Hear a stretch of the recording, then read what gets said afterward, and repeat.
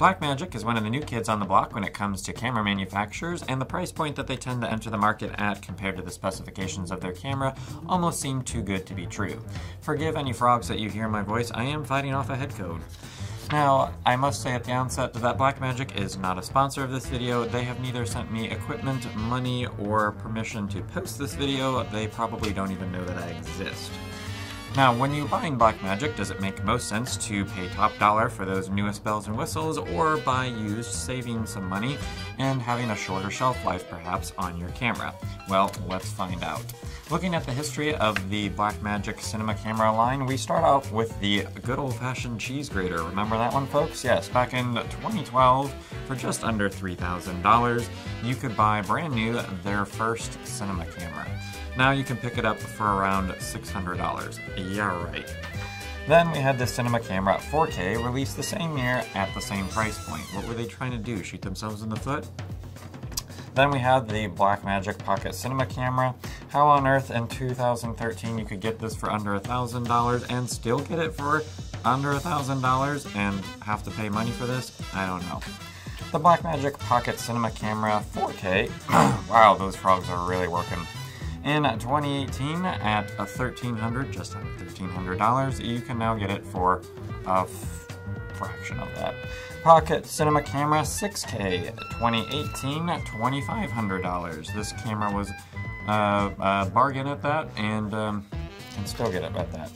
6K Pro. Now this is the newest kid on the block when it comes to the Pocket Cinema Camera line, and a very attractive $2,500 entry price.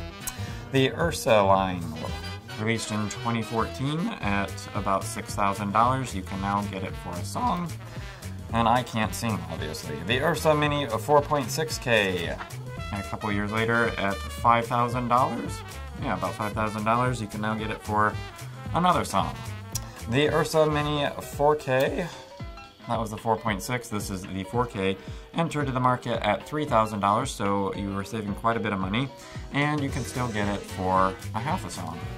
The Ursa Mini Pro 4.6K in 2017 at $6,000. This camera you can find for about half that value. The Pro G2 released same price, $6,000, and you can still pay that much for it because it's so new. The Mini Pro 12K, yes, you can get 12K these days, folks, at $10,000. Same price nowadays because it's so new. So what does all these numbers mean? Well, it means that Blackmagic's average start price is $4,103. Don't forget those three little dollars. That is the average price that any of their cinema cameras come in on the market. And depending on how many years later you're buying, but we'll just take all the averages of what you can get each camera for today. The average price in 2022 is about $2,700. So what does this mean in terms of which cameras have the best value when buying, and which camera should you buy new and which used? Well, coming in under the average start price, you will find the Blackmagic Pocket Cinema Camera line. Really, all of their cinema camera lines have come in under the average starting price, and the Ursa Minis. Now, this is not the Ursa Mini Pros. Those come in a little bit hotter than the average start price, but the Ursa Minis do come in at under the average release price. Any of those cameras buying new is probably your best bang for your buck.